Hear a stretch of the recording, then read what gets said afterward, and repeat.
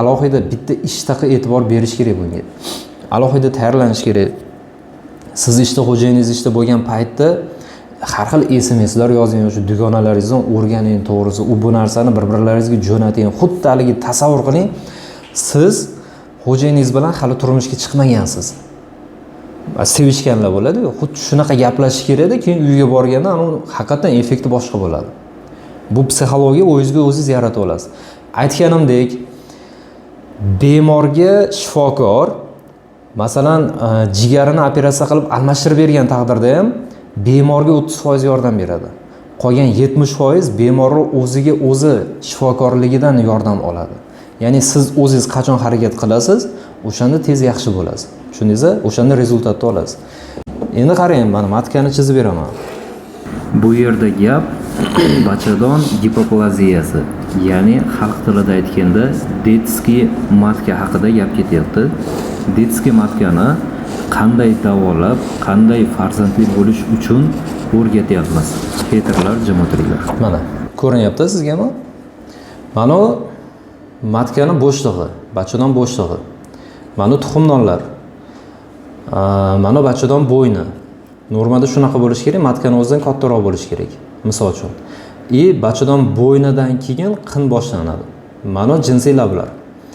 Aloqa paytida mana bachadonni bo'ynini birinchi tushunib olaylik-da. Bachadon bo'yni xuddi orqa anal teshigingizni tasavvur qilsangiz, masalan 2-3 sm qalinlikda bo'ladi anal teshigi, mahkam ushlab turadi. Qo'pol qilib aytganda o'sha hattoki havo ham chiqib ketmaydi-yu, bu yerda sizni buyrug'ingiz bilan chiqadi, qo'pol qilib aytganda.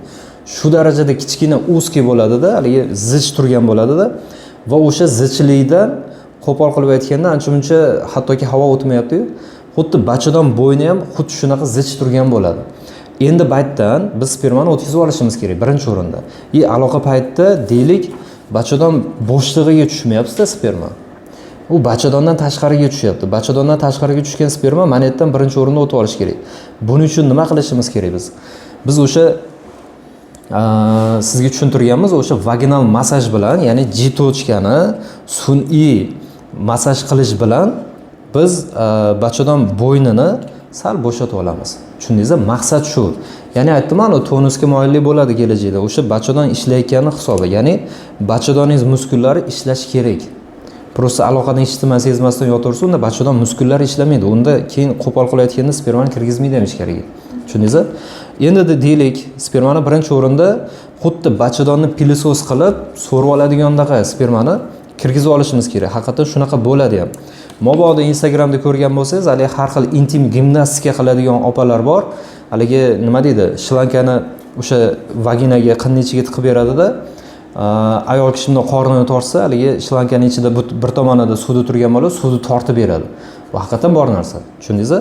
Xuddi o'shanga o'xshab turib, nimani bachadonni pilisos qilib olishimiz kerak.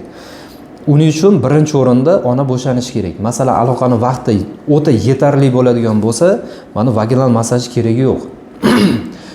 Bu vaginal massaj oldin bo'lgan o'zi aslida odamlarda standarti bo'lgan, qo'llangan, hozir nimaga yo'qolib ketdi?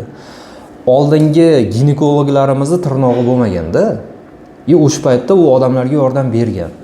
Aytganimdek, qoshini rasmini chizaman deb qalamni ko'ziga suqib olish holatlari ko'p bo'lgan. Ya'ni qosh qo'yaman deb ko'z chiqarish ko'p bo'lgan. U qanday bo'lgan? Ular deylik 5 yil, 10 yil oldingi ginekologlarga e'tibor beradigan bo'lsangiz, hozir ham unaqa katta emas-da ginekologlar tirnog'i. 5 yil, 10 yil oldingi ginekologlarga e'tibor beradigan bo'lsangiz, tirnoq uzun-uzun bo'lganda, endi hali pul topgan, hali sivilizatsiya shunaqa bitta o'zgarib olganda, o'sha paytda ginekologlar juda ko'pi uzun tirnoq bilan yurgan. O'sha uzun tirnoq bilan perchatkani kiyib turib ginekologlar massaj qilgan paytda ham o'sha bachadon bo'ynini deylik perchatkani yirtib chiqib tirnoqlar shilib qo'ygan.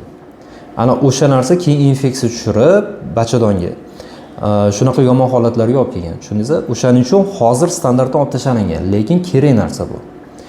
Chunki juda ko'p qizlarimiz qo'pol qilib aytganda o'sha aloqa paytida erkaklarda impotensiya ko'payib ketyapti, aloqa vaqti yetarli emas qizlarga, shuni hisobiga deylik bu narsani biz kerak bo'lsa joriy qilib beramiz, uni ham o'rgatib. Xullas deganim, bu bachadonning ichiga kirib olgandan keyin sperma Nima qayerda bo'ladi o'zi aslida? Zigota hosil bo'lishi. Tuxumdondan, masalan, turba deylik, tuxumdondan o'sha bachadonga turbani yo'lini oladigan bo'lsangiz, 3 ta bo'lakka bo'ladigan bo'lsangiz, oxirgi 3-bo'lagida bo'ladi.